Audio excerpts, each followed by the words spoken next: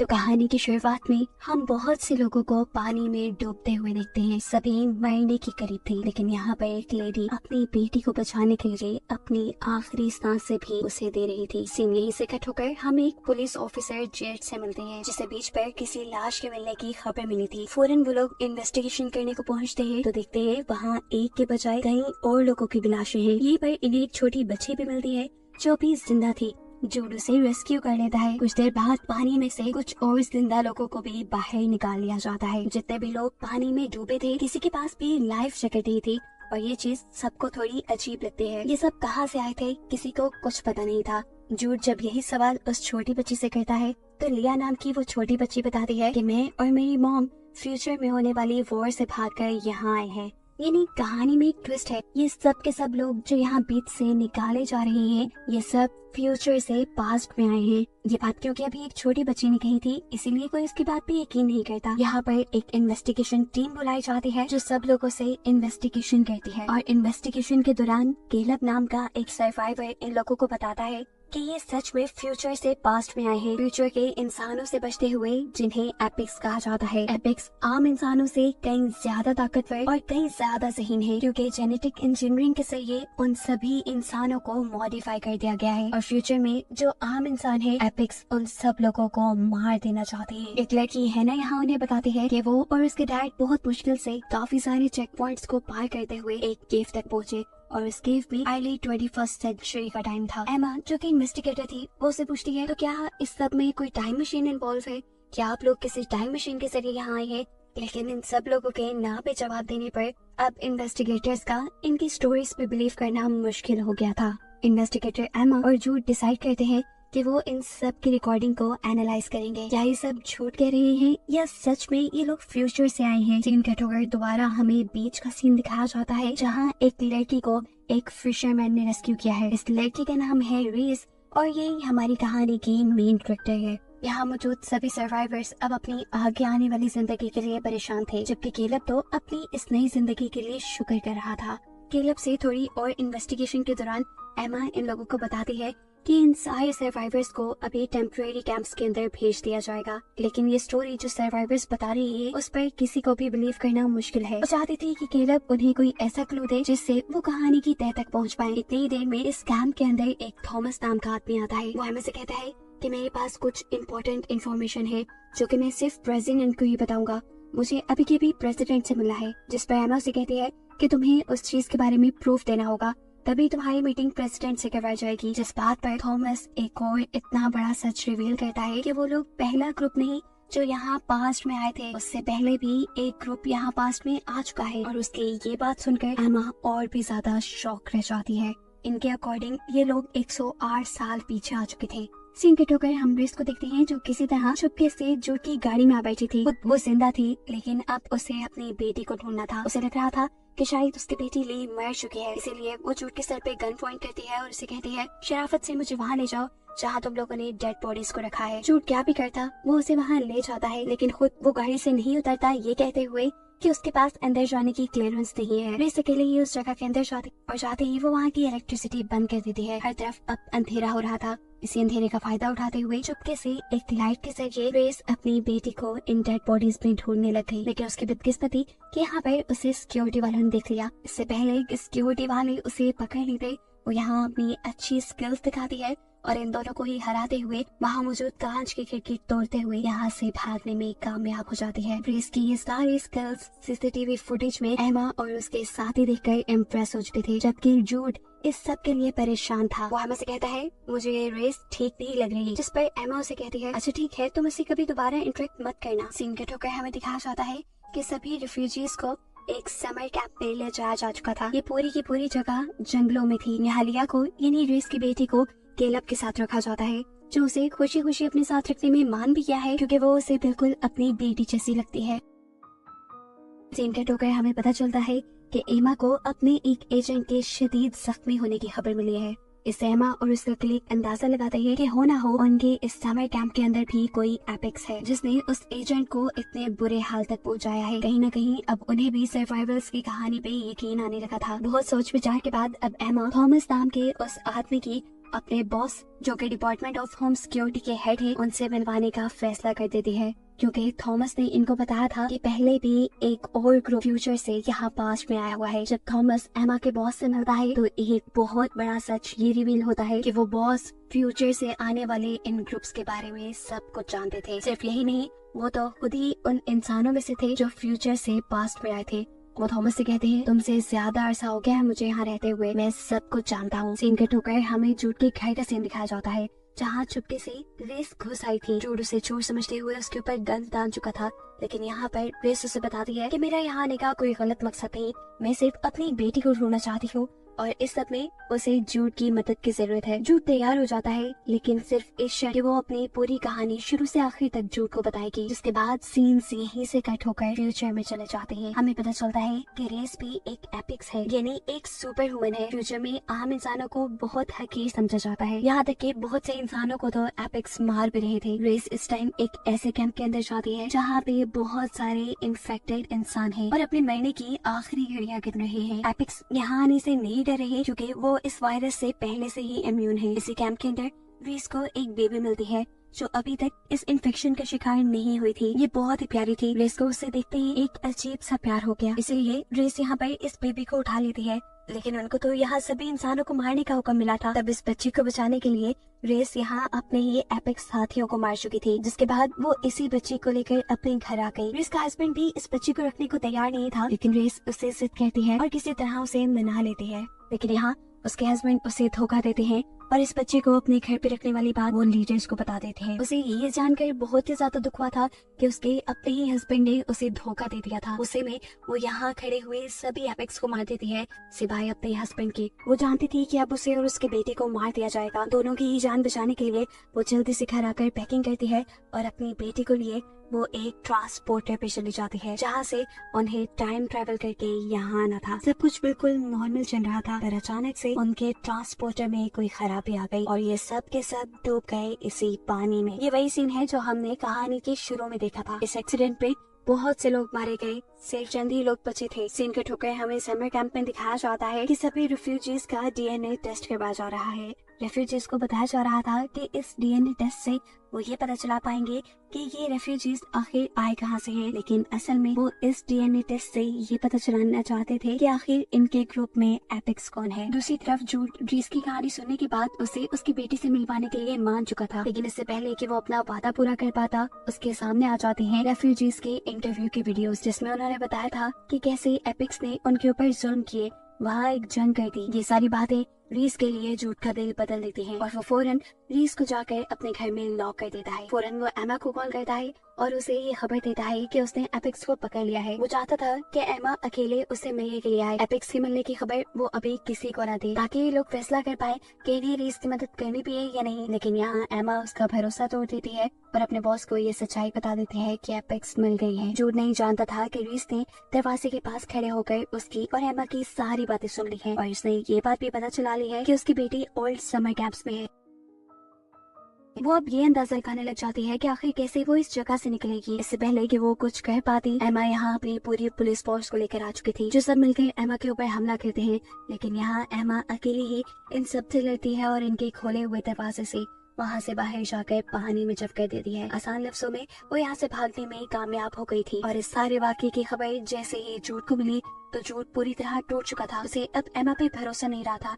वो एमा को फोन करके बता भी देता है कि अब वो इस प्रोजेक्ट में और एमा का साथ नहीं दे पाएगा। ये कहते ही उसने फोन रख दिया। ये प्रोजेक्ट छोड़ने के बाद वो अपनी नॉर्मल लाइफ में वापस आ चुका था, जहाँ उसकी एक फैमिली थी, उसका एक बेटा था। रेस भी अब पानी से निकल कर एक स्टोर में आ जाती है, जहाँ आते ही उसने अपने ऊपर लगी हुई गोली का इलाज किया और फिर स्टोर के डोर पे एक खतरनाक मैसेज लिखते हुए वहाँ से भाग गई। दूसरी तरफ समर कैंप के अंदर हम दोबारा थॉमस से मिलते हैं, जिसकी एमा के बॉस से मीटिंग हो चुकी है। मार मार के उसने थॉमस को इस बात पे एग्री कर लिया था कि वो सच्चाई यहाँ किसी को भी नहीं बताएगा कि असल में बॉस भी फ्यूचर से आए हुए हैं। ना सिर्फ ये, वो तो थॉमस को अपनी मदद करने के लिए भी मना लेता है और उसे जिम्मेदारी देता है कि वो मेक श्योर करे कि सभी रेफ्यूजीज उनके ऑर्डर्स को फॉलो कर रही हूँ। कैंप पे ही रेफ्यूजी हैना को कोई आदमी तंग करने लगा था। वो इस चीज से बहुत ज्यादा खौफ में आ चुकी थी। इसके बारे में वो यहाँ पुलिस ऑफिसर को भी बताती है, लेकिन पुलिस ऑफिसर उसकी बात पे ध्यान नहीं देते। वो इस कैंप से भागना चाहती थी, लेकिन जब कोई उसकी बात सुनने को तैयार नहीं होता तो वो पुलिसमैन की कार में छुप कर ही यहाँ से बाहर निकलने में कामयाब हो जाती है। सीन कट होकर हमें जंगल का सीन दिखाया जाता है, जिस जंगल को चारों तरफ से पुलिस ने घेरा हुआ है, क्योंकि ये जंगल उस स्टोर के करीब था जिस स्टोर पे रीस एक मैसेज लिख कर आई थी। वो लोग जानते थे कि रीस यहीं कहीं छुपी होगी। हम भी रीस को यही पत्तों में छुपा हुआ देखते हैं, जो कि अचानक से एक पुलिस ऑफिसर के ऊपर हमला करके उसे मार देती है। दूसरी तरफ एमा को खबर मिलती है कि रीस की बेटी लिया की तबीयत बहुत ज्यादा खराब हो रही है। उसे क्या मसला है वो कैंप के डॉक्टर्स नहीं पहचान पा रही है, इसीलिए वो एक स्पेशल डॉक्टर को अपने कैंप में बुलाती है। कैंप में वो ये भी नोटिस करती है कि थॉमस अपने लोगों को ये समझा रहा था कि सभी को अथॉरिटीज के ऑर्डर्स मानने चाहिए और बार बार ये बात करना छोड़ देनी चाहिए कि ये लोग फ्यूचर से आए हैं। यहाँ है ना, जो पुलिस की गाड़ी के जरिए भाग आई थी उसे हम पार्क में देखते हैं। इसी पार्क में जूड भी अपने बेटे के साथ आया हुआ था। यहाँ पर हैना की मुलाकात एक रेफ्यूजी मार्शल से होती है, जो भी यहाँ पर एंजॉय करने लग जाता है। हैना जिस पुलिस ऑफिसर की गाड़ी से यहाँ तक आई थी, उस पुलिस ऑफिसर को जब अपनी गाड़ी के डिक्की में हैना का स्कार्फ मिला तो वो जान गए कि हैना इसी पार्क में आई है। मेरा वक्त है कि वो पार्क में जाकर हैना को पकड़ लेते हैं। हैना को बचाने के लिए जब मार्शल उनसे लड़ाई करने लगता है तो यहाँ वो पुलिस ऑफिसर अपना बैज उसे दिखा देता है। इनकी लड़ाई को देखते हुए जूड भी यहाँ आ चुका था और ये दोनों अब हैना को लेकर वापस रेफ्यूजी कैंप में चले जाते हैं। सीन कट होकर दोबारा हमें जंगल का सीन दिखाया जाता है, जहाँ पुलिस ऑफिसर्स पूरे जंगल में हैं, लेकिन कहीं पर भी उन्हें रीस नजर नहीं आ रही। जैसे ही दो पुलिस ऑफिसर एक दरख्त के नीचे आते हैं तो एकदम से कोई दरख्त के ऊपर से जंप करता है। ये रीस ही थी जिसने एक ही मिनट में दोनों को काबू कर लिया था। एक ही मिनट में वो उन दोनों को मारकर गिराते हुए जंगल से बाहर निकल आती है, जहाँ पर एक और पुलिस ऑफिसर था। उसने मरे हुए पुलिस ऑफिसर की गन उठा ली थी, जो वो इस दूसरे पुलिस ऑफिसर के ऊपर पॉइंट कर लेती है। अपने आप को बचाने के लिए ये पुलिस ऑफिसर यहाँ एक खास डिवाइस का इस्तेमाल करता है, जिससे निकलने वाली आवाज रीस को टॉर्चर कर रही थी। लेकिन रीस यहाँ पर अपने आप को काबू पाते हुए तेजी से उस आदमी की गर्दन पकड़कर मोड़ते हुए उसे भी बेहोश कर देती है। जंगल में रीस सभी पुलिस ऑफिसर्स को मारने के बाद एक पुलिस ऑफिसर की गाड़ी लेकर शहर की तरफ निकल जाती है। पुलिस ऑफिसर्स के मरने की खबर जैसे ही जूड को मिलती है तो जूड इन्वेस्टिगेशन करने के लिए यहाँ पे आता है और उसे रीस के मारे हुए आखिरी पुलिस ऑफिसर के मुंह में एक पैगाम मिलता है, जिसमें लिखा था अब तुम तड़पोगे। ये पढ़ते ही जूड को सबसे पहले अपने बेटे का ख्याल आया। जैसे ही अपने घर पे गया तो उसका शक बिल्कुल ठीक था, रीस ने उसके बेटे को किडनैप कर लिया था। ये जानकर वो बुरी तरह रोने लग जाता है और तभी उसे रीस की कॉल आती है, जो जूड को बताती है कि उसी ने उसके बेटे को किडनैप किया है, लेकिन फिलहाल वो बिल्कुल ठीक है और ठीक ही रहेगा सिर्फ इस शर्त पर कि जूड उसकी बेटी से मिलने में उसकी मदद करे। जूड भी मान जाता है क्योंकि अब उसके पास कोई दूसरा रास्ता नहीं था। अपने बेटे के फोन के जरिए वो कंटिन्यूअस अपने बेटे की लोकेशन को ट्रैक करना चाह रहा था, लेकिन अफसोस कि रीस उससे ज्यादा ज़हीन थी। उसने जूड के बेटे का फोन एक खाली कार में छोड़ दिया था। ना चाहते हुए भी अब उसे रीस का काम जल्दी से जल्दी करना था। वो जैसे ही रेफ्यूजी कैंप की तरफ जाता है तो यहाँ दूसरे ऑफिसर्स उसे रोक लेते हैं, क्योंकि जूड का अंदर आना मना था। जूड इन पुलिस ऑफिसर्स को चकमा देकर जैसे ही अंदर आने की कोशिश करता है तो सिक्योरिटी गार्ड्स उसे पकड़ लेते हैं। इससे पहले कि वो जेल चला जाता, सही वक्त पर उसकी बॉस एमा आकर उसे बचा लेती है। इस टाइम एमा की सवालिया नजर जूड से पूछ रही थी कि आखिर तुम कर क्या रहे थे।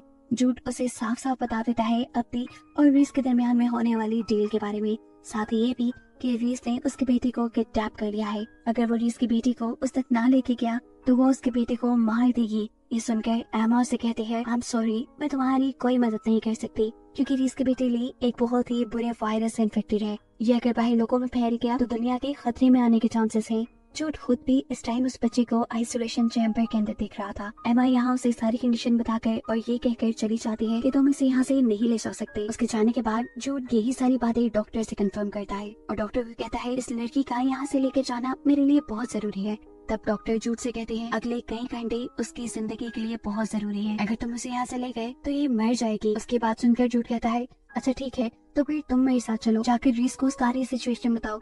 डॉक्टर जैसे ही इस बात से इनकार करते हैं तो जूड उन्हें ब्लैकमेल करने लग जाता है, ये कहते हुए कि वो इस बच्चे का आइसोलेशन चैम्बर तोड़ देंगे। ऐसे ना चाहते हुए भी डॉक्टर को उनके साथ जाना पड़ता है।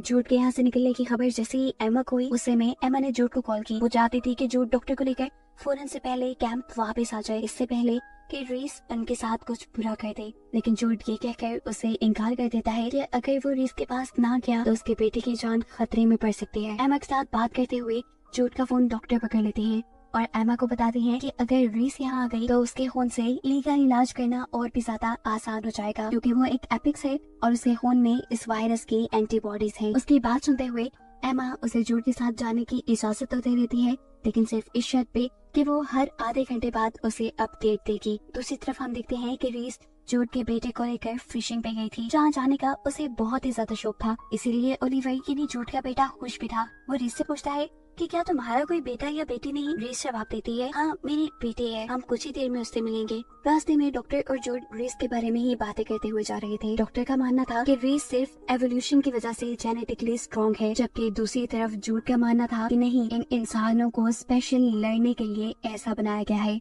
इसलिए रीस उनके लिए खतरनाक साबित हो सकती है। ये लोग अब रीस के पास पहुंच जाते हैं। डॉक्टर रीस को जाकर सारा कुछ एक्सप्लेन करती है कि कैसे ली बीमार है और उसका बाहर निकलना सारी दुनिया को रिस्क में डाल सकता है। सारी बातें समझने के बावजूद भी रीस चाहती थी कि वो किसी तरह अपनी बेटी से मिले, लेकिन जूड उसे समझाता है कि ऐसा करना बहुत ही खतरनाक हो सकता है, तुम जेल भी जा सकते हो। जिस बात का जवाब डॉक्टर देती हैं और कहते हैं ये सब तुम मुझ पे छोड़ दो, मैं किसी तरह रीस को कैंप के अंदर ले ही जाऊंगी। जूड तुम जाकर अपने बेटे को देखो। जूड भी फौरन उसकी बात मानकर अपने बेटे के पास जाता है। वो उससे मिलकर इतना खुश था कि उसकी आंखों से आंसू आने लगे थे। पुलिस स्टेशन के अंदर अब हम मार्शल को देखते हैं, जो एक पुलिस ऑफिसर से रेफ्यूजी कैंप का पता पूछ रहा है, क्योंकि दूसरा पुलिस ऑफिसर हैना को कैंप में ले गया था। वो उसके पास जाना चाहता था क्योंकि उसे हैना अच्छी लगने लगी थी, जबकि हैना तो इस टाइम अपने कैंप में एक चाकू बनाने की तैयारी में थी, जिससे वो उस आदमी पर हमला करती जो उसे हर रोज हरास करने के लिए उसके कमरे में आ जाया करता था। अपने कमरे से निकलने के बाद वो चुपके से इस आदमी का पीछा करती है और इससे पहले कि वो इस आदमी के ऊपर हमला कर देती, केलब उसे पकड़कर रोक देता है और कमरे में ले जाकर पूछता है ये क्या कर रही थी तुम? तब हैना उसे बताती है कि ये लड़का उसे रोज रोज हरास करता है, इसलिए मैं उसे मारना चाहती थी। यहाँ हैना केलब को ये भी बताती है कि फ्यूचर में वो एपिक्स के साथ काम करती थी, इसीलिए लोगों को मारना उसके लिए बिल्कुल मुश्किल नहीं।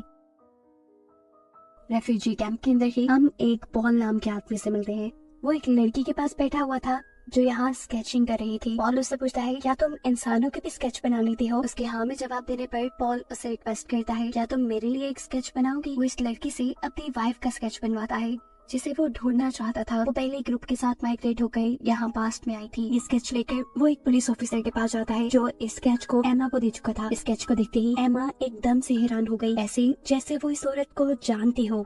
एमा जल्दी से गाड़ी लेकर किसी के घर जाती है। नॉक करने पे हम देखते हैं ये वही स्केच वाली लड़की थी, यानी पॉल की वाइफ। एमा उसके घर जाकर जब उससे उसकी कहानी जानती है तो ये औरत बताती है कि हाँ सच में वो पॉल की वाइफ है। उनकी शादीशुदा जिंदगी काफी अच्छी गुजर रही थी, लेकिन सिर्फ तब तक जब तक पॉल ने एक गर्ल ग्रुप को ज्वाइन नहीं किया था। ये गर्ल ग्रुप मानता था कि ये लोग फ्यूचर से आए हैं, यानी इस औरत का इशारा रेफ्यूजीज की तरफ था। एमा उसकी स्टोरी सुनकर कंफ्यूज हो जाती है और कहती है क्या तुम्हारे पास इस चीज का कोई एविडेंस है? वो औरत कहती है हाँ, और यहाँ से उठकर कुछ पेपर्स लेने के लिए चली जाती है। जिस दौरान वो यहाँ नहीं थी, एमा उसके घर का विजिट करती है और उसे एक पिक्चर में अपने बॉस भी नजर आते हैं। इससे पहले कि एमा इस पिक्चर के बारे में उस औरत से कोई भी सवाल करती, एकदम से वो औरत पीछे से एमा के ऊपर शूट कर देती है। नेक्स्ट सीन में हम देखते हैं कि डॉक्टर रीस को रेफ्यूजी कैंप के अंदर ले आए हैं, जहाँ की मेडिसिन बनाने के लिए रीस खुद अपना ब्लड निकाल के डॉक्टर को देती है। उसकी हिम्मत और जुर्रत को देखकर डॉक्टर भी उससे इम्प्रेस हुए बगैर नहीं रह सकी थी। मेडिसिन बनाते हुए वो रीस से काफी सारे सवाल कर लेती है, लेकिन इस सब के नतीजे में रीस को गुस्सा आ जाता है। अभी मेडिसिन पूरी तरह तैयार नहीं हुई थी कि लैब में डॉक्टर को ली की हालत ज्यादा खराब होने की खबर मिलती है। ये खबर सुनकर तो रीस की भी हालत खराब हो गई थी। डॉक्टर उसे भी हौसला देती है और फिर तैयार हुई मेडिसिन को लेकर जल्दी से ली को जाकर दे देती है। इस मेडिसिन को लगाते ही हैरानकुन तौर पे ली ने बहुत जल्दी रिकवर करना शुरू कर दिया था। दूसरी तरफ जूड जो कि एमा से कांटेक्ट करने की कोशिश कर रहा था, वो एमा से कांटेक्ट नहीं कर पाता क्योंकि हम जानते हैं कि एमा को तो उस औरत ने मार दिया है। इतनी देर में जूड के पास एक दूसरा पुलिस ऑफिसर आता है और बताता है कि उन्हें एक अनआइडेंटिफाइड आदमी की बॉडी मिली है जिसे रीस यहाँ तक लेकर आई थी। बात थोड़ी कंफ्यूजिंग थी, इसीलिए जूड इस केस को खुद ले लेता है। अभी वो केस फाइल पढ़ ही रहा था कि दूसरा ऑफिसर आकर उसे एमा के बारे में पूछता है जिसकी कहीं खबर नहीं मिल रही थी। जूड को लगा कि जरूर एमा के गायब होने के पीछे भी रीस का ही हाथ है, इसलिए वो हर वो जगह चेक करता है जहाँ रीस गई थी। जूड वापस ऑफिस में आ जाता है और एमा के बॉस की इंफॉर्मेशन निकलवाता है। इतनी देर में इन्हें ये खबर मिलती है कि मार्शल की फैमिली का भी कार एक्सीडेंट हुआ था। हो भी सकता था कि इस डेड बॉडी का इस एक्सीडेंट से कोई ताल्लुक हो, इसीलिए ये लोग कड़ी से कड़ी मिलाना शुरू कर देते हैं और मार्शल को इन्वेस्टिगेशन के लिए बुलाया जाता है। मार्शल भी मरे हुए आदमी की लाश को आइडेंटिफाई कर लेता है और सीन यही से कट होकर हमें एक्सीडेंट का फ्लैशबैक दिखाया जाता है, जहां हमें मालूम हुआ कि इस एक्सीडेंट में एमा के बॉस और पॉल की वाइफ दोनों ही मुलविस थे। ये दोनों फ्यूचर से ही आए थे और यहाँ ये अपना एपिक्स को खत्म करने का प्लान भी बनाते हैं। एमा के बॉस को भी प्रमोशन मिल चुकी थी, अब उनके लिए ये काम, उनका मिशन आसान हो जाता। पर तभी उन्हें मालूम होता है कि फ्यूचर से 47 और लोग यहाँ पास्ट में आ गए हैं। फिर सीन दोबारा प्रेजेंट में शिफ्ट होते हैं और रेफ्यूजी कैंप के अंदर हम डॉक्टर को देखते हैं। डॉक्टर से केलब की वाइफ यानी वो लड़की मिलने के लिए आई है जिसे यहाँ आने पर ली की मॉम बना दिया गया था। वो डॉक्टर से ली की हालत पूछती है तो डॉक्टर बताती है कि ली पहले से बहुत ज्यादा रिकवर कर चुकी है। ये सुनकर वो हैरान हो जाती है और डॉक्टर से पूछती है कि आपने रेस की हेल्प ली है ना? मैंने आपको बताया भी था वो एपिक्स है, बहुत खतरनाक है, आपने क्या कर दिया? यहाँ डॉक्टर उसकी बातों पे ज्यादा ध्यान नहीं देती और खुद रेस की ब्लड से बनाए हुए मेडिसिन के साथ अपने ब्लड का रिएक्शन देखती है। माइक्रोस्कोप के नीचे वो ये देखकर हैरान थी कि उसके ब्लड में बहुत सारे पॉजिटिव चेंजेस आ रहे थे। खैर अभी के लिए वो रीस के पास जाती है और उसे उसकी बेटी की हालत के बारे में बताती है। वो रीस को लिया की फोटो भी दिखाती है और कहती है कि जल्द ही मैं कोशिश करूंगी कि लिया को हॉस्पिटल में एडमिट कर दिया जाए, वहाँ से तुम दोनों का भागना आसान हो जाएगा। इसके बाद रीस एक ऐसे आदमी के पास जाती है जिसके माफियाज के साथ बहुत सारे कनेक्शंस थे। वो चाहती थी कि इस आदमी के जरिए वो यहाँ रहने के लिए अपने और अपने बेटी के लीगल डॉक्यूमेंट्स बना ले। किलर का रीस को अपने बॉस के पास ले जाता है, जहाँ रीस जाकर उससे अपने मकसद की बात करती है। उसे लीगल डॉक्यूमेंट्स चाहिए थे जिसके बदले वो माफिया को पैसा भी देने वाले थे, लेकिन माफिया को रीस पे यकीन नहीं था। वो यहाँ अपने आदमियों के जरिए रीस को पकड़वाने ही वाला था, लेकिन रीस उल्टा उस आदमी को ही पकड़ कर उसकी पिटाई करके बुरा हाल कर देती है और फिर माफिया के हेड से कहती है ये बैग खोलो। बैग के खोलने पे ये देखते हैं कि उसमें बाकी बहुत सारा पैसा था। सीन कट होकर दूसरी तरफ हम पुलिस ऑफिसर को एक एटीएम के पास देखते हैं जहाँ का पैसा चोरी हो चुका था। जाहिर सी बात थी ये हम सबको ही समझ आ रहा था, ये पैसा किसी और ने नहीं बल्कि रीस बेच रहा था। दूसरी तरफ डॉक्टर और एमा के बॉस के दरमियान में मीटिंग होती है, जहां डॉक्टर उनको ये खुशखबरी देती है कि ली की हालत काफी अच्छी है, वो भी रीस की ब्लड की वजह से। डॉक्टर ने ये खबर उन्हें दे तो दी थी, लेकिन वो नहीं जानती थी कि ये अच्छी खबर उसी के ऊपर भारी पड़ जाएगी, क्योंकि बॉस उसे रीस और लिया के मिलाने की वजह से जॉब से निकाल देते हैं। ये सारी बातें जानकर डॉक्टर को बहुत ही ज्यादा गुस्सा आ रहा था। वो गुस्से में इस कैंप से बाहर निकल आती है। उसकी तबीयत भी खराब हो रही थी, जिसके चलते वो रीस को कॉल करती है। उसे अर्जेंट अपने लिए रीस का ब्लड सैंपल चाहिए था, लेकिन रीस ये देने से इनकार कर देती है क्योंकि उसे अपनी बेटी के अलावा किसी की परवाह नहीं थी। उसके खुद खर्चे से झुंझलाकर डॉक्टर ने फोन साइड पे फेंका और इतने में ही सीवियर हार्ट अटैक आने की वजह से वो बेहोश हो गई, जिसके बाद उसे हॉस्पिटल बेहोश आया। सिंकट होकर हम रीस को देखते हैं जो अब वापस जाकर गैंगस्टर से कुछ वेपन्स खरीदती है जो ली को बचाने के मिशन में उसके काम आने वाले थे। जबकि दूसरी तरफ जूड एक मार्टिन नामी आदमी से मिलता है। ये प्राइवेट इन्वेस्टिगेटर था जो इसकी इस केस में मदद करने वाला था। मार्टिन की दी हुई इंफॉर्मेशन से जूड को ये मालूम हो जाता है कि कहीं न कहीं उनके बॉस भी इस सारे केस के अंदर इन्वॉल्व है। सीन कट होकर हम 27 लोगों के एक ग्रुप को देखते हैं। पता चला है कि ये वो ग्रुप है जो पहले फ्यूचर से माइग्रेशन करके यहाँ पे आया था। इनके दरमियान होने वाली बातों से हमें मालूम हुआ कि ये लोग एपिक से अपनी जान और आम इंसानों को फ्यूचर में बचाने के लिए यहाँ आए। इन सभी लोगों ने अपनी आइडेंटिटी चेंज कर ली थी और ये आम इंसानों के साथ घुल मिल कर रहने लगे थे। इनका मिशन था कि ये फ्यूचर में एपिक्स को बनने से रोके, लेकिन फ्यूचर से आने वाले दूसरे ग्रुप ने जैसे इनका सारा ही प्लान फेल कर दिया था, इसलिए अब ये दूसरे माइग्रेट हुए ग्रुप को मारना चाहते हैं ताकि उनका ये सीक्रेट ही रहे कि वो भी फ्यूचर से आए हैं। और इस चीज की शुरुआत पॉल की वाइफ अपने हस्बैंड को झांसा देकर मारने से कहती है, क्योंकि उसने ही अपनी वाइफ का सच सबसे पहले एमा को भी बता दिया था, जिसकी वजह से इस औरत को एमा का मर्डर करना पड़ा। पॉल को मारने से पहले पॉल की वाइफ उसे अपने बातों में लगाकर उससे एक ऐसी वीडियो भी बनवा चुकी थी जिसके जरिए वो लोगों तक ये झूठी खबर फैला दे कि ये लोग फ्यूचर से नहीं आए बल्कि ये एक कल्ट का हिस्सा है। ये वीडियो देखने के बाद जूड बुरी तरह कंफ्यूज हो गया था कि आखिर कहानी है क्या। उसे शक था कि ये वीडियो भी कहीं उसके बॉस ने ही तो नहीं बनवाई। वो ये सारी कहानी अब अपने बॉस के मुंह से ही सुनना चाहता था और उसके लिए अच्छा ये हो गया कि उसे उसका बॉस ऑन ड्यूटी रोड पे ही मिल गया। एक ऑफिसर जब बॉस से उनके कार के डॉक्यूमेंट्स मांगता है तो उनके पास डॉक्यूमेंट्स नहीं थे। तब जूड दूसरी तरफ से उनके कार के पास आता है और उन्हें कार में से शराब की स्मेल आती है, यानी वो शराब पीकर ड्राइविंग कर रहे थे और ये दो एक जुर्म था। इसी जुर्म में वो बॉस को पकड़ लेते हैं। ये खबर जब मेयर को मिलती है तो मेयर जूड पे गुस्सा होती है और किसी भी कीमत पर उनके बॉस को रिलीज करने के ऑर्डर देती है। ये सब वो गैर कानूनी तौर पे कर रही थी, इसीलिए जूड भी उन्हें ब्लैकमेल कर सकता था। जूड उन्हें कहता है रेफ्यूजीज के बारे में कुछ सोचा, वो कब आजादी से अपनी जिंदगी गुजार पाएंगे। अपने आप को छुड़वाने के लिए यहाँ उनके बॉस उसे कहते हैं अच्छा ठीक है, मैं रेफ्यूजीज को एक दिन के लिए टाउन में घूमने की इजाजत दे देता हूँ। ये खबर सुनने के बाद जूड थोड़ा सेटिस्फाई तो हुआ था, लेकिन इसमें भी बहुत सी शर्तें थी। रेफ्यूजीज को ट्रैकिंग ब्रेसलेट पहनाकर यहाँ से निकाला जा रहा था। ली और हैना कैलेब की वाइफ के साथ पहले ग्रुप में यहाँ से बाहर टाउन में निकलने वाले थे।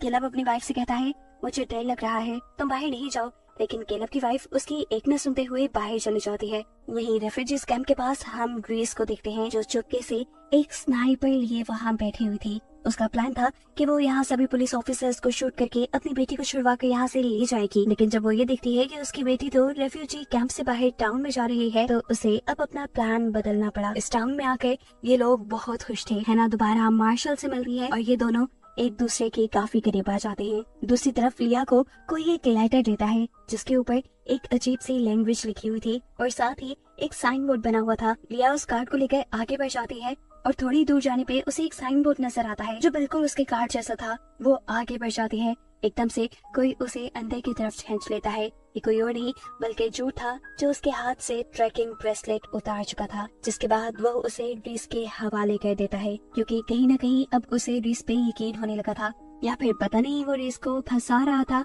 लेकिन अलबत्ता रीस फौरन ही अपनी बेटी को यहाँ से लेकर भाग जाती है। शहर से बहुत दूर ये लोग एक होटल में आ जाते हैं। इनके पास अब माफिया की तरफ से हासिल की हुई नई आइडेंटिटीज भी थी जिसके जरिए ये लोग इस शहर में रह सकते थे। टाउन से बाहर पहुंचाने पर रीस को मालूम होता है कि ली के पास जो ट्रॉय था उसके अंदर भी एक ट्रैकर लगा हुआ था। ये बात उसके लिए काफी खतरनाक थी। वो इस ट्रॉय को इसी होटल में छोड़कर ली को लेकर जितना तेजी से हो सकता था यहाँ से भागती है, लेकिन रास्ते में उसका टायर ब्रस्ट हो जाता है। एकदम से उसके ऊपर फोर्सेस हमला कर देते हैं जिसके नतीजे में रीस बेहोश हो चुकी थी, जबकि ली को इन लोगों ने पकड़ लिया था। यहाँ एक आदमी किसी को कॉल करके बताता है कि हमने अपना टारगेट कंप्लीट कर लिया है। रीस को जब होश आया तो उसने अपने आप को एक ऑपरेशन बोर्ड के ऊपर पाया। एमा का बॉस और पॉल की वाइफ दोनों ही उसके ऊपर नजर रखे हुए थे। वो एक डॉक्टर से उसका ऑपरेशन स्टार्ट करने को कहते हैं, लेकिन डॉक्टर ये कहते हुए ऑपरेशन करने से इनकार कर देता है कि इसका डीएनए निकालना उसकी जान को खतरे में डाल सकता है। अब डॉक्टर को तो ये लोग अपने मिशन की सच्चाई नहीं बता सकते थे, इसीलिए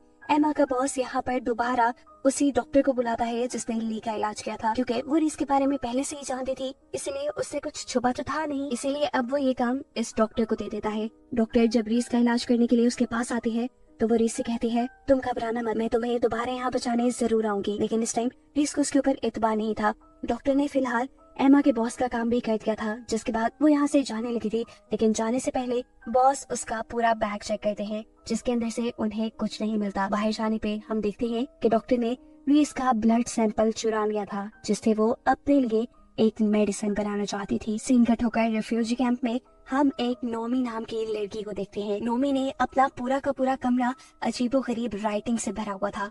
कैलेब की वाइफ रुबिका जो उसके ऊपर नजर रखती थी, उसे समझ नहीं आता था कि वो ऐसा क्यों कहते हैं। एक दिन वो ये फैसला कर लेती है कि वो जाकर नोमी से पूछेगी कि आखिर उसने दीवारों पे क्या लिखा हुआ है। वो जब रात में उसके कमरे में जाती है तो देखती है कि पहले से ही बहुत से लोग उसके रूम में हैं। नोमी उसे भी खुशी से अपने पास बुलाती है और यहाँ इन सबको अपनी बातों में लगाते हुए वो सबको कहती है कि मैं एक प्रॉफिट हूँ। रबिका भी उसकी बातों में आ चुकी थी, ये जाने बगैर कि लैंग्वेज जो उसने यहाँ लिखी थी वो एपिक्स की लैंग्वेज थी। बढ़ते बढ़ते ये बात शहर में भी फैल जाती है और लोग रेफ्यूजीज को आजाद करने के लिए धरना देना शुरू कर देते हैं। जूड और ऑफिसर्स बहुत मुश्किल से पब्लिक को कंट्रोल करते हैं और ऐसा करने के लिए उन्हें कुछ लोगों को अरेस्ट भी करना पड़ता है। अरेस्ट हुए लोगों में उन्हें एक डयाना नाम की लड़की मिलती है जिसके बारे में इन्हें मालूम हुआ कि वो भी एक इमिग्रेंट है, वो भी फ्यूचर से आई है। वो क्योंकि पिछले ग्रुप में आई थी इसलिए किसी को उसके बारे में पता नहीं था। वो एक एपिक्स की इंजीनियर थी। वो एक डिवाइस के जरिए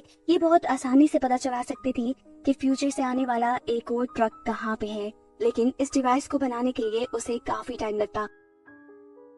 वो इस डिवाइस को बनाना शुरू कर देती है जिसमें जूड उसकी हेल्प कर रहा था। यहाँ डियाना जूड को ये सच्चाई भी बता देती है कि एमा का बॉस और पॉल की वाइफ भी उसी के साथ फ्यूचर से यहाँ आए थे। खैर सीन कट होता है और हम देखते हैं कि डॉक्टर जूड के घर पे पहुंची है। वो जूड को रीस की मुसीबत में होने की खबर देती है और उससे मदद मांगती है। रीस जो अभी तक उसी कैद में थी, उसे अपनी बेटी के वियंस आ रहे थे। जो वियंस उसे बहुत ज्यादा दुख दे रहे थे। वो जोर जोर से चिल्लाती है, जिसे सुनकर यहाँ मौजूद डॉक्टर उसके करीब आ जाता है। वो उसे कम डाउन करने के लिए एक ऐसी डिवाइस ऑन करता है जिसमें से हाई फ्रिक्वेंसी नॉइसेस निकल रही थी। वो देखता है कि जैसे वो इस डिवाइस की पिच ज्यादा कर रहा था, वैसे वैसे रीस की धड़कनें कम होती जा रही थी। इसीलिए वो डिवाइस की पिच फुल हाई करके यहाँ से चला जाता है, जिसकी वजह से रीस की धड़कनें रुक जाती हैं। वो तो ये देखकर सेटिस्फाई हो चुका था, लेकिन न जाने एकदम से कहां से रीस के अंदर इतनी ताकत आ गई कि ना तो सिर्फ वो होश में आई, बल्कि उसने तो यहाँ पे अपनी कैद भी तुड़वा ली थी। ऐसा करते देखकर उसे यहाँ पकड़ने के लिए गार्ड्स आ जाते हैं, लेकिन इतनी ही देर में जूड और डॉक्टर भी उसकी मदद को वापस यहाँ आ चुके थे। इन्हें देखकर वो काफी सेटिस्फाइड होती है। यहाँ से निकलने से पहले वो अपनी ब्लड से बनाई उन पॉइजनस मेडिसिन को खत्म करती है, जिसके जरिए एमा के बॉस और पॉल की वाइफ ने सभी इमिग्रेंट्स को मारने का प्लान किया हुआ था। लेकिन इससे पहले कि ये लोग यहाँ से निकल पाते, डॉक्टर को यहाँ का एक आदमी पकड़कर जूड को ब्लैकमेल करने लग जाता है। जूड भी इस सूरत हाल नाजुक देखकर अपने वेपन नीचे कर चुका था, लेकिन पीछे खड़ी हुई रीस जूड की पैंट में एक और गन दिखती है और बिना बक्साए किए वो गन निकाल कर पीछे से उस लड़के को शूट कर देती है। फाइनली रीस अब आजाद हो गई थी। वो यहाँ से चली जाती है, जबकि हमें दिखाया जाता है कि डॉक्टर ने उसके ब्लड से जो अपने लिए एक एंटीडोट बनाया था, वो बहुत ही ज्यादा ताकतवर था। 93% इस एंटीडोट के चांसेस थे कि उससे कोई भी इंसान मर सकता था, लेकिन 7% ये भी चांसेस थे कि इस एंटीडोट से एक इंसान के अंदर की सभी बीमारियां ठीक की जा सकती थी। यही सोचते हुए डॉक्टर वो एंटीडोट उठाकर अपने अंदर इंजेक्ट कर लेती है। एक सेकंड के लिए तो वो ऐसे ठीक हो गई जैसे उसे कभी कुछ हुआ ही ना हो, लेकिन अगले ही सेकंड वो वहाँ पर बेहोश हो गई। ऐसा भी हो सकता था कि वो मर गई हो। खैर जूड अब जैसे ही अपने घर वापस पहुँचता है तो उसे अपने क्लिक के जरिए पता चलता है कि डियाना नाम की वो लड़की जो डिवाइस बना रही थी, वो उस डिवाइस को आधा ही बना छोड़कर वहाँ से जा चुकी है, क्योंकि उसे मालूम हुआ था कि उसकी वायरस से माइग्रेंट हुए लोगों में आई है। कुछ ना समझ आने पर जूड इस डिवाइस को उठाकर संभाल लेता है और ये लोग अब रेफ्यूजी कैंप की तरफ पहुंच जाते हैं। अब क्योंकि इन सबको ये बात मालूम थी कि बॉस इन सभी इमिग्रेंट्स को मारना चाहते हैं, तो बस जूड, उसका कुलीग रीस और केलब ये सब मिलकर इनकी जानों को बचाने के मिशन पे लग चुके थे। इन्हें किसी भी तरह इन रेफ्यूजीज को इन सिक्योरिटी कैंप से बाहर निकालना था, लेकिन ये काम इतना भी आसान नहीं था, क्योंकि रेफ्यूजी कैंप के चारों तरफ फेंस लगी हुई थी और इस फेंस में हाई वोल्टेज करंट दौड़ रहा था। जूड का एक कुलीग जो इस टाइम उस कैंप के अंदर था, वो कैंप के पावर हाउस में जाकर फेंस का करंट बंद कर देता है, जिसके बाद जूड और उसके लोग पीछे से फेंस को काट कर रेफ्यूजी कैंप के अंदर आ जाते हैं। रेफ्यूजी कैंप के अंदर आने पे ये लोग जितना जल्दी हो सकते थे यहाँ पे आए सभी इमिग्रेंट्स को इस कैंप से बाहर निकालना शुरू कर देते हैं। सबसे आखिर में निकलने की बारी हैना की थी। उसने इस टाइम फेंस पकड़ी हुई थी और अचानक फेंस के अंदर करंट दोबारा आने से वो यहाँ बेहोश हो जाती है। सभी की सभी रेफ्यूजीज जो यहाँ से सही सलामत निकलने में कामयाब हो गए थे, वो हैना को तेजी से उठाकर यहाँ से दूर ले जाते हैं, जबकि सीन कट होकर हमें दिखाया जाता है कि जूड इस टाइम अपने बॉस से मिल रहा है इसी रेफ्यूजी कैंप के एक हिस्से में। वो चाहता तो यहाँ धोखा देने वाले जूड और उसके दूसरे साथियों को मार सकता था, लेकिन फिर उसे एहसास होता है कि उसमें और एपिक्स में तो कोई फर्क ही नहीं रहा था।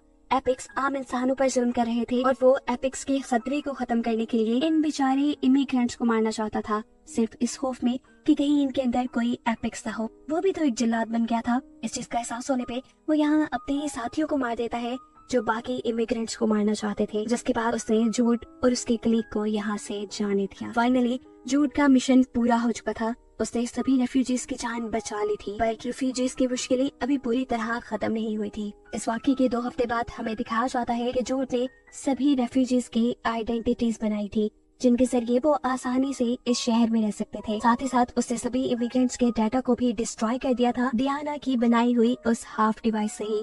अब कोई भी कभी भी इन इमिग्रेंट्स को नहीं पहचान पाएगा। अब ये खबर जैसे ही गवर्नमेंट के पास पहुंचती है तो वो जूड और उसके साथियों को इन्वेस्टिगेशन के लिए बुला लेते हैं, लेकिन इन्वेस्टिगेशन के दौरान उन्हें ऐसा खास कोई सबूत नहीं मिलता जिससे वो ये पता चला पाए कि यहाँ कोई फ्यूचर से भी लोग आए थे और उनको जूड और उनके साथियों ने आजाद कर दिया था। कहानी के आखिरी सीन में हम देखते हैं कि केलब को अपनी गुमी हुई बेटी मिल चुकी है, जो यहाँ आम इंसानों के साथ बड़े मजे से रह रही थी और अब वो एक यूनिवर्सिटी स्टूडेंट थी। वो अपने डैड से पहले यहाँ माइग्रेशन करके इसलिए आई थी क्योंकि उसके अंदर एक्स्ट्राऑर्डिनरी एबिलिटीज थी, इसीलिए एपिक्स ने उन्हें कैद कर लिया था। इसके अलावा भी एक्स्ट्रा कैपेबिलिटीज किसी और के अंदर भी आई थी और ये कोई और नहीं बल्कि थी डॉक्टर जिसने अपनी बॉडी के अंदर रीस के बनाए एंटीडोट का इंजेक्शन लगा लिया था। आज उसे काफी दिन के बाद होश आया था, वो भी एपिक्स की एबिलिटीज के साथ। वो यहाँ इतनी ताकतवर हो गई थी कि वो अपने लिए भेजे हुए दुश्मनों को मारकर